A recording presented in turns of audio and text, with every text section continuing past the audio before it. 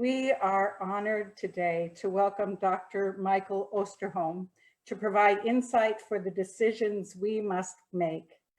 You probably recognize Dr. Osterholm from his appearances on NBC, CNN, Fox News, PBS, Minnesota Almanac, and you probably read his articles in the New York Times. An authority respected around the world, his home is in Minnesota.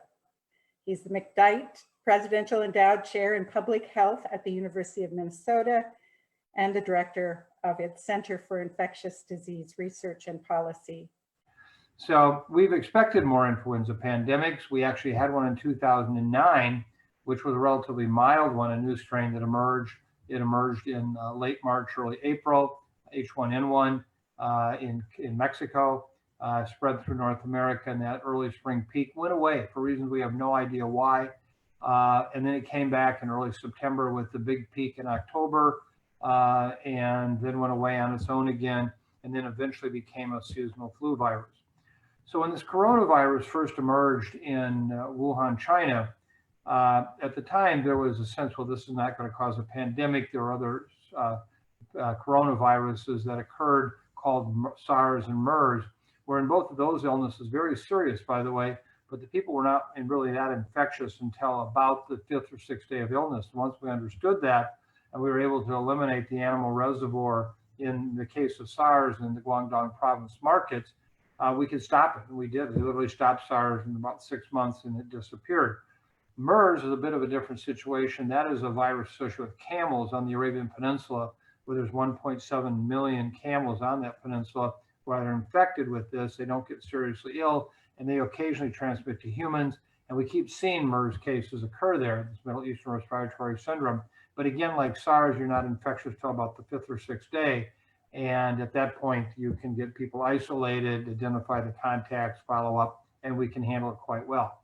So when this new SARS-like virus occurred in Wuhan and the cases started growing, our initial reaction was, well, this must be like SARS or MERS. We'll get this thing under control, somewhat quickly.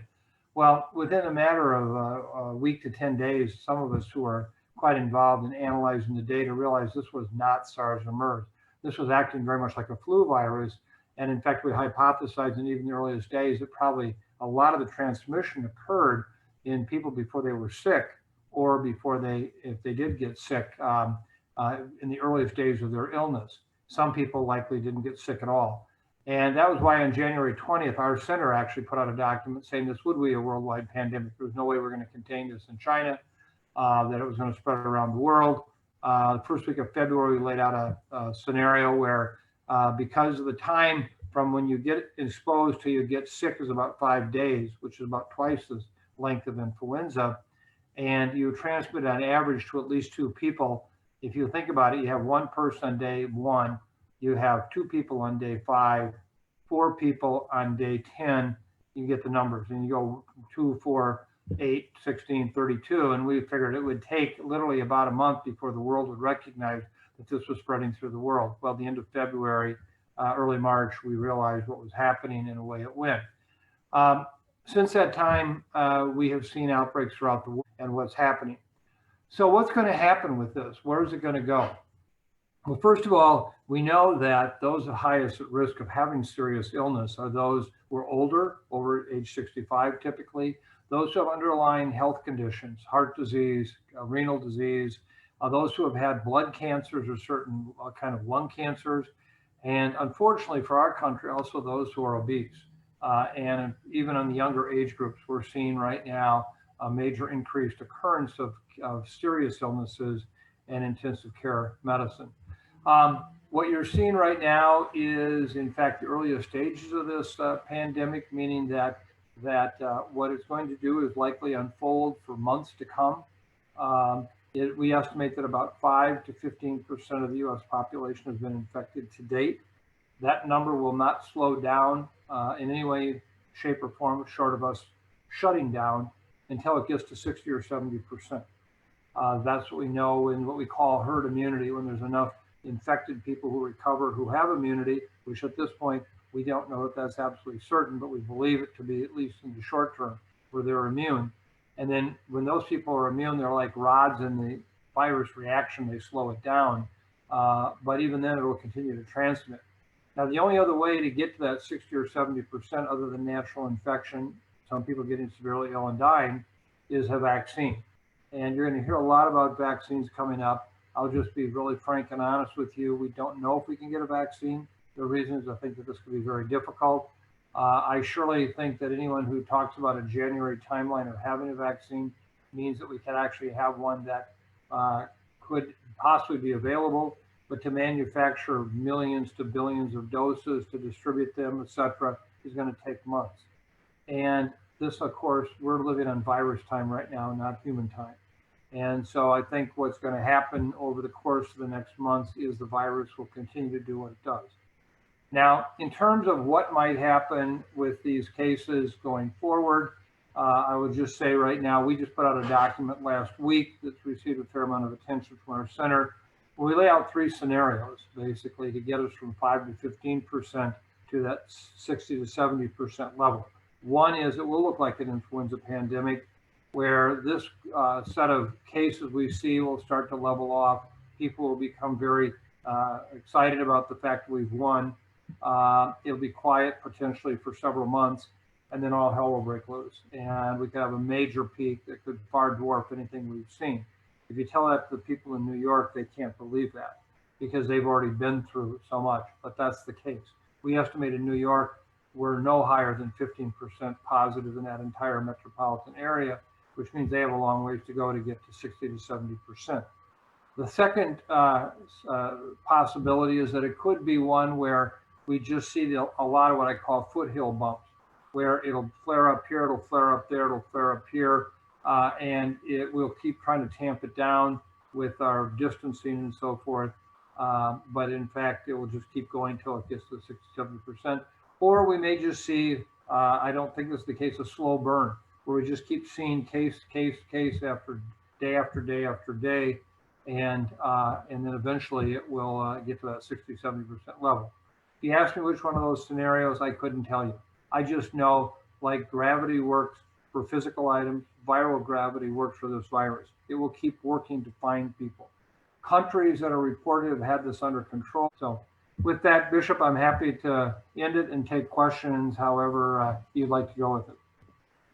Oh, yes, we have several questions, but first, thank you so much for that very succinct and important reality check about what is happening.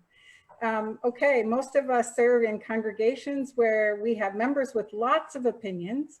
If you could imagine yourself pastoring a congregation, how would you express your opinion regarding gathering together in the building in person for worship once again? This is a real challenge. And I say that because transmission is through what we call aerosols. If you could have been in this room that I'm in, my office, my home office right now, and I hadn't been in here all day.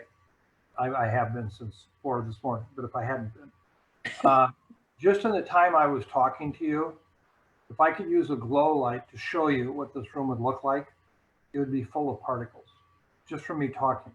Mm-hmm. Think about what an aerosol is. Remember the last time you saw the sunlight coming through the windows in your house and you saw that dust floating? You thought, oh, my house is so dusty, I need to clean. Those are aerosols. Mm-hmm. When you go to the department store, if they're existing after this whole thing, you're 4 aisles away from the perfume section and you smell it. That's an aerosol. So the challenge we have is that, we have grossly overstated in public health the role of hygiene as it relates to hand washing and surfaces. And part of that comes from the fact because people want to glom onto that because they believe it's something you can do.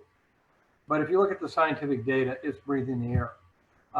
And so from that standpoint, you have to think about anybody you bring together. And I mentioned this before, we now know that people are most infectious likely in the 2 days before they get sick. So you can't even sit there and screen on that. Fever has been a notably unreliable way to screen. You can say people wear masks. Well, that's not helpful largely for 2 reasons. One is the kind of mask you have to wear to actually stop transmission would be what we call an N95. a respirator that's tight face fitting around your face. Basically, all the air comes through the matrix. These N95s are actually poured. It's not paper. It's a poured material that hardens and allows air through that catches the virus. In that regard, we can't have the general public using these. We are so short of supply right now. We need to save them for the healthcare workers who are on the front lines with very high levels of virus in those rooms. Still, we're losing healthcare workers every day, literally dying from being on the job. So we're left with surgical masks, which we're running short of too, and then the cloth masks. And surgical masks were never meant to protect the individual who wears them. They were meant to basically be a surgeon's protecting you as the patient from them dripping down into your wound. But then we found that there were things called droplets, large particles, that when you did cough or you did sneeze would fall usually within 6 feet of you. That's where you often get the 6-foot rule. There surely are virus particles in those droplets, and a surgical mask can help stop that. But the problem is where there's droplets, there's also aerosols. So they're within the 6 feet too. And aerosols will come in right through the cracks on the side of the mask where you're breathing. You don't breathe through the material, you breathe through the sides where they're open. They're not tight face fitting. And so surgical masks are designed better than cloth masks. Cloth masks, and I have served on a National Academy of Science committee on this. We have documents on our website looking at this. Cloth masks have never shown to have any impact on transmission. It's become an emotional issue.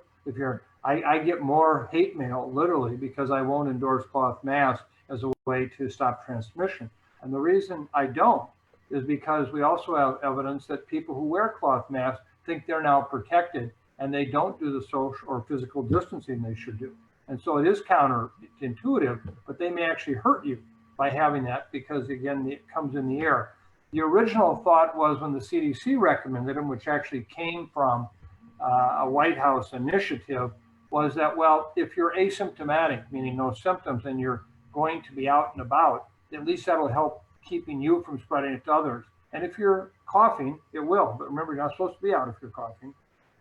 But if you breathe in and out, it'll come right out the sides of the mask. So I would like to be able to give you a prescription to say, just wear a cloth mask, don't shake hands, stay apart. That's not going to work. One of the more notable outbreaks, as some of you may be aware of, there was an outbreak in the Seattle area with this early days where a church choir got together for practice. One of the individuals was asymptomatically infected, and without touching, they did not touch, they kept distance apart while they were practicing. No one shook hands or hugged, and 42 of the 61 people were infected in that event. That gives you a sense of what we're talking about and why that's a big challenge. So I would say your gatherings, I don't know when to tell you that you can get together. Yeah. Yeah, that's a very, and so as the pastor, if you had to answer that in 30 seconds, you would say, we're not going to get together for the foreseeable future. If we see virus levels drop to almost no transmission in the next few months, then I'd say you may have a temporary respite where the chances are very low. But if that happens, that's the worst sign. That's the very same as being in the eye of a hurricane, is the back wall that nails you hardest. Because if we have very few cases this summer, I can almost guarantee you we're going to have one hell of a wave this fall, because that will be fitting the influenza model completely. And that's what we worry about. I'd rather see cases continue on because we're going to get to 60 or 70% no matter what. I mean, there's no beam me up Scotty machine here that's going to avoid gravity. Okay. So just to be clear, if there is a respite and people can worship together, do we allow singing? Do we allow Holy Communion? I don't think communion is the problem. And as I've said, environmentally, I don't think it is. It's a problem for a whole lot of other reasons. Okay, there are a lot of other viruses that we transmit with the common cup. But I don't think this is one that we have to worry about. I worry more about if you're handing out communion again. If you really have people who are infected, you're all close together. But as I've already shared with you, if you have 25 people, even in a moderate-sized church, you got a lot of aerosol in there. Okay, so I mean, it's at some point you just have to decide that this is low enough level for us to accept and to move on. And I wish I had a way magically to tell you what that is. I don't. Choir singing, clearly choirs are very good ways to project, aerosols and virus. But again, if the risk is very, very low, we're hardly seeing any cases, then I think that's a legitimate question to have. And, you have to let people make that decision. I think on their own with you. I mean, really part of the leadership of the church, but at the same time, I mean, if they want to come, they can if nobody's forcing them to. So our past